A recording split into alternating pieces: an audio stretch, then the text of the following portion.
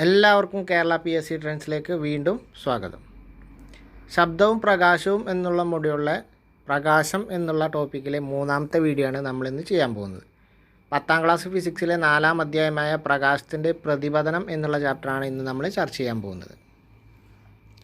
ഇനി ഈ ഒരു മൊഡ്യൂളിൽ 10ാം ക്ലാസ്സിലെ തന്നെ 5ാമത്തെയും 6ാമത്തെയും ചാപ്റ്ററുണ്ട്. അതോടുകൂടി ഈ ഒരു മൊഡ്യൂൾ അവസാനിക്കുന്നതാണ്.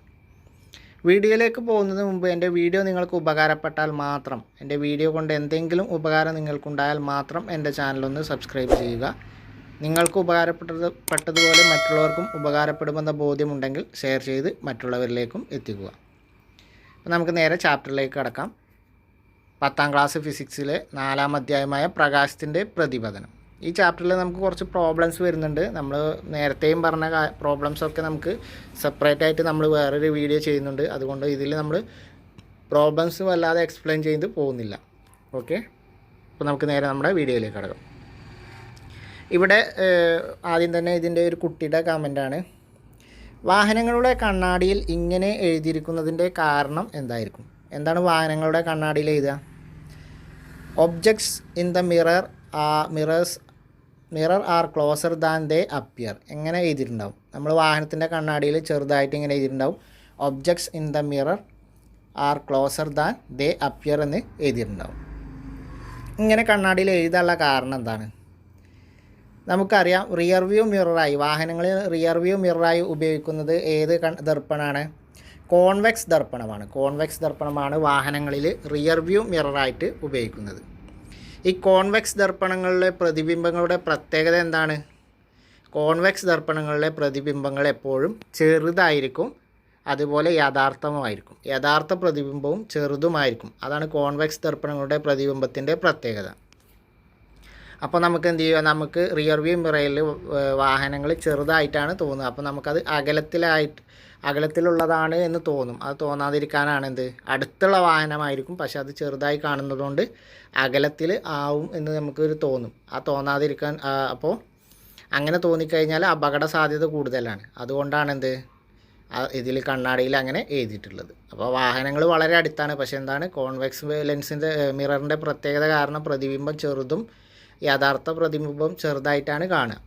അപ്പോൾ നമുക്കത് ദൂരെയായിട്ട് തോന്നും. അപ്പോൾ അത് തോന്നാതിരിക്കാൻ നമുക്കൊരു റിമൈൻഡറായിട്ടാണ് കണ്ണാടിയിൽ ഇങ്ങനെ എഴുതി വെക്കുന്നത്. നമുക്കറിയാം, വസ്തുക്കളെ കാണുന്നതിന് ആവശ്യം വേണ്ട ഒരു ഊർജ്ജരൂപമാണെന്ത്? പ്രകാശം എന്നുള്ളത് നമുക്ക് ഈ മൊഡ്യൂൾ തുടങ്ങിയപ്പോൾ തന്നെ നമ്മൾ പഠിച്ച കാര്യങ്ങളാണ്.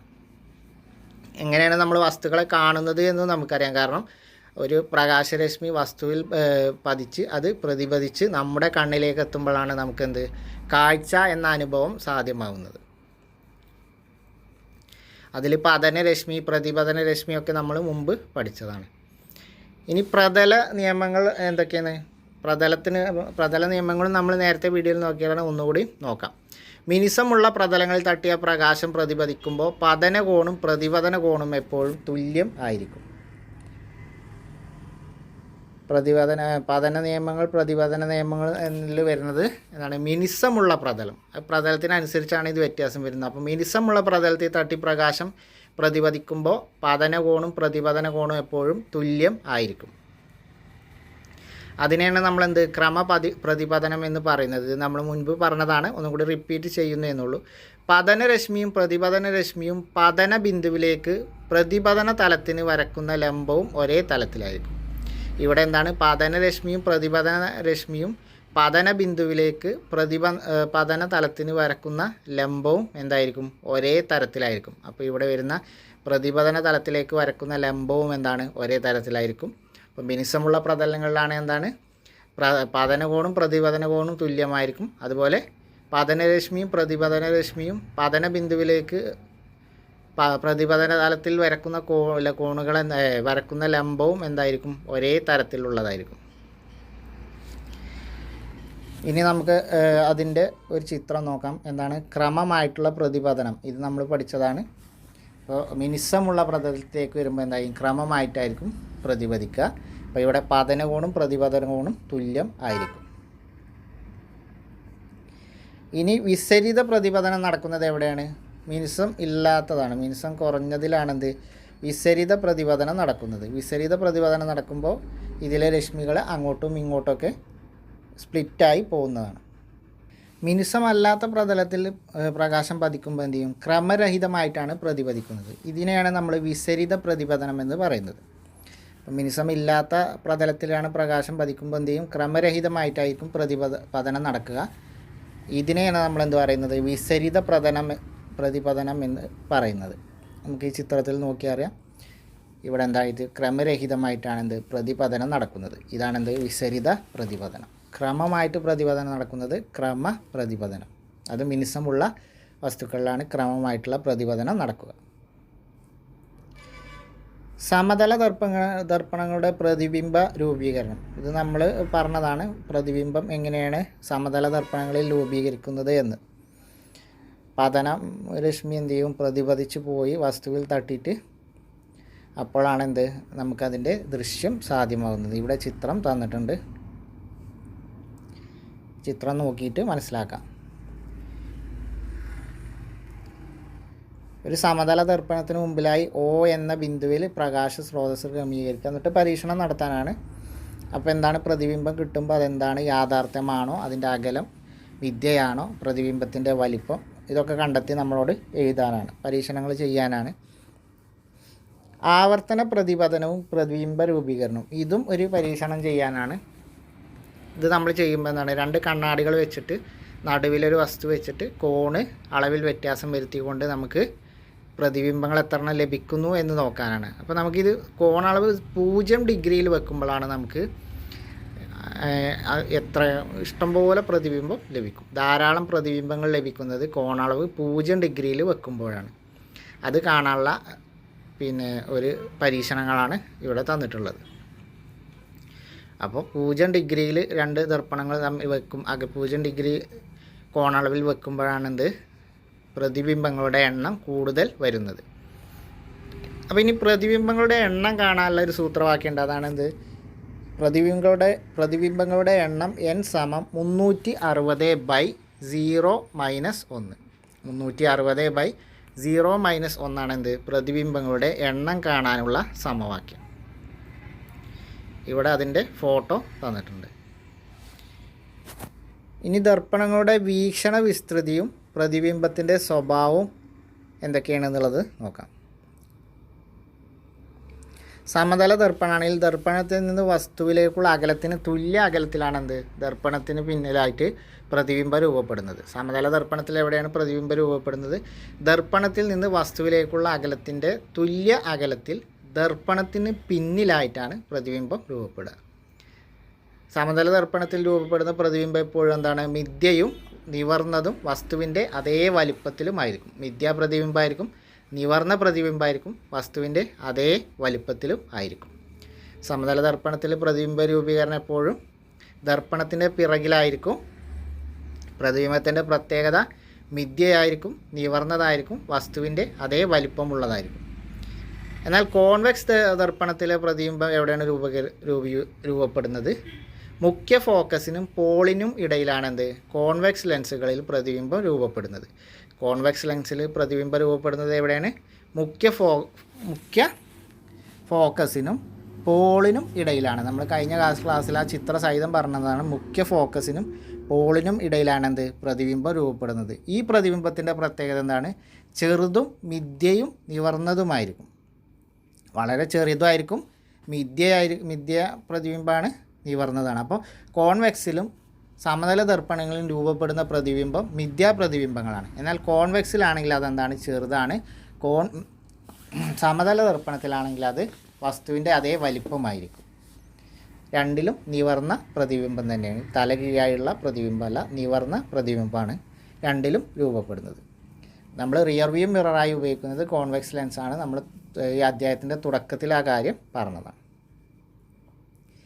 ഇനി കോൺകേവ് ദർപ്പണമാണെങ്കിൽ വളരെ അകലെയാണെങ്കിൽ പ്രതിബിംബത്തിൻ്റെ സ്ഥാനം, അതേപോലെ സിക്ക് അപ്പുറം സിയിൽ അങ്ങനെയുള്ള സിനും എഫിനും ഇടയിൽ എഫിനും പിക്കും ഇടയിലൊക്കെ വസ്തു വെച്ചിട്ട് പ്രതിബിംബത്തിൻ്റെ സ്ഥാനവും സവിശേഷതകളും കണ്ടെത്താൻ പറഞ്ഞിരിക്കുകയാണ്.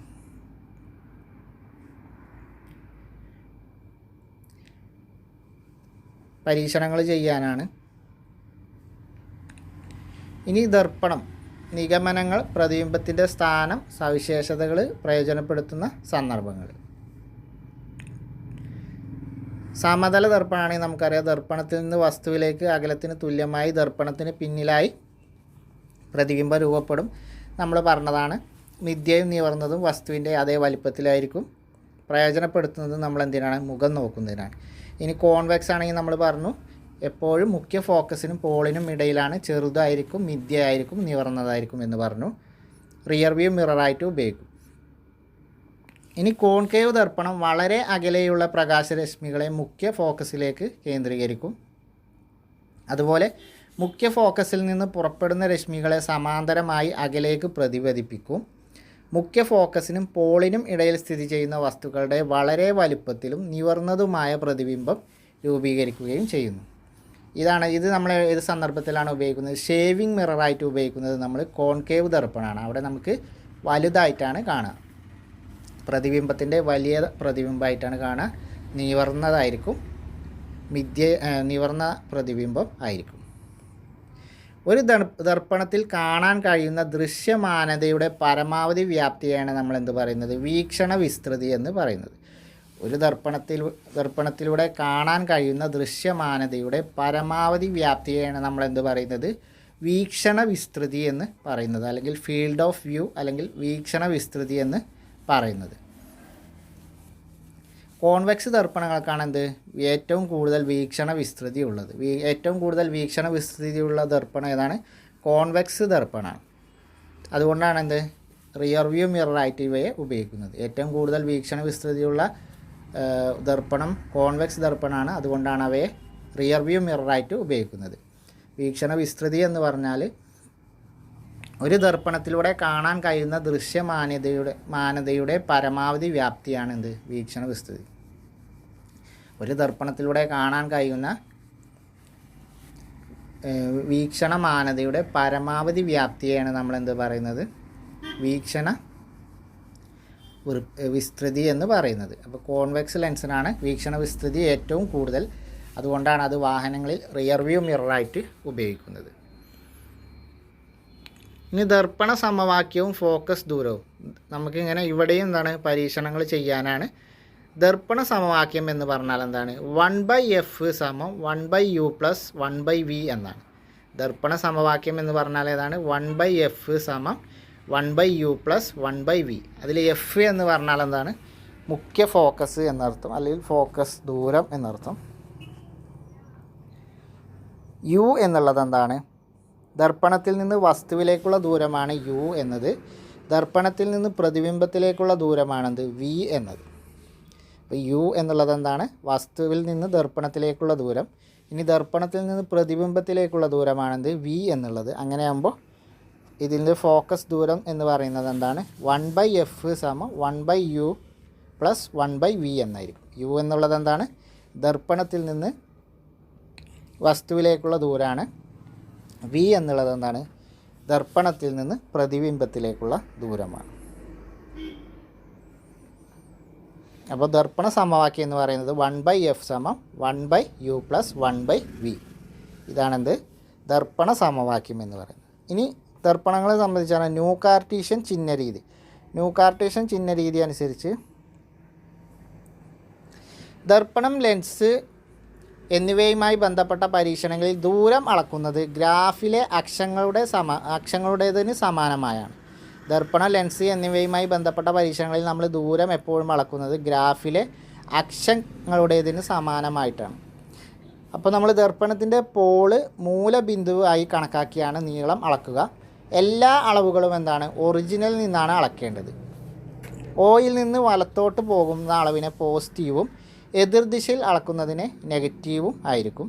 അതുപോലെ എക്സ് അക്ഷത്തിന് മുകളിലേക്കുള്ള ദൂരം പോസിറ്റീവും താഴേക്കുള്ള ദൂരം നെഗറ്റീവുമായിരിക്കും. പതനരശ്മി ഇടത്തുനിന്ന് വലത്തോട്ട് സഞ്ചരിക്കുന്നതായിട്ടാണ് പരിഗണിക്കുന്നത്. ഇതാണ് എന്ത്? ന്യൂ കാർട്ടീഷ്യൻ ചിഹ്നരീതി എന്ന് പറയുന്നത്. നമ്മളൊരു ഗ്രാഫിനോട് കണക്ട് ചെയ്തിട്ടാണ് ഇത് പഠിക്കുക. നമുക്ക് ചിത്രം നോക്കാം. ഇവിടെ മുകളിലേക്കുള്ള ഉയരം എന്താണ്? പോസിറ്റീവായിട്ട് കണക്കാക്കും. അതേപോലെ ദൂരം ഇടത്തേക്കുള്ളത് എന്താണ്? അത് നെഗറ്റീവായിട്ട് കണക്കാക്കും. ദൂരം വലത്തേക്കാണെങ്കിൽ അത് പോസിറ്റീവും ഉയരം താഴേക്കുള്ളത് അതിനെ നെഗറ്റീവായിട്ടും കണക്കാക്കും. ഇങ്ങനെയാണ് നമ്മളെന്ത് ന്യൂ കാർട്ടീഷ്യൻ ചിഹ്ന രീതി പ്രകാരം നമ്മൾ ദർപ്പണങ്ങളെ കണക്കാക്കുന്നത്.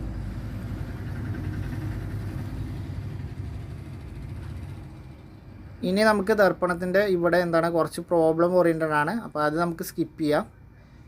പ്രോബ്ലം ഉപയോഗിച്ചുള്ള വീഡിയോ നമുക്ക് വിശദമായിട്ട് പിന്നീട് ചെയ്യാം. അതുകൊണ്ടാണ് ഇവിടെ നമ്മൾ സ്കിപ്പ് ചെയ്യുന്നത്. അപ്പോൾ ഇത്രയാണ് നമുക്ക് ഈ ഒരു ചാപ്റ്ററിൽ പഠിക്കാനുള്ളത്.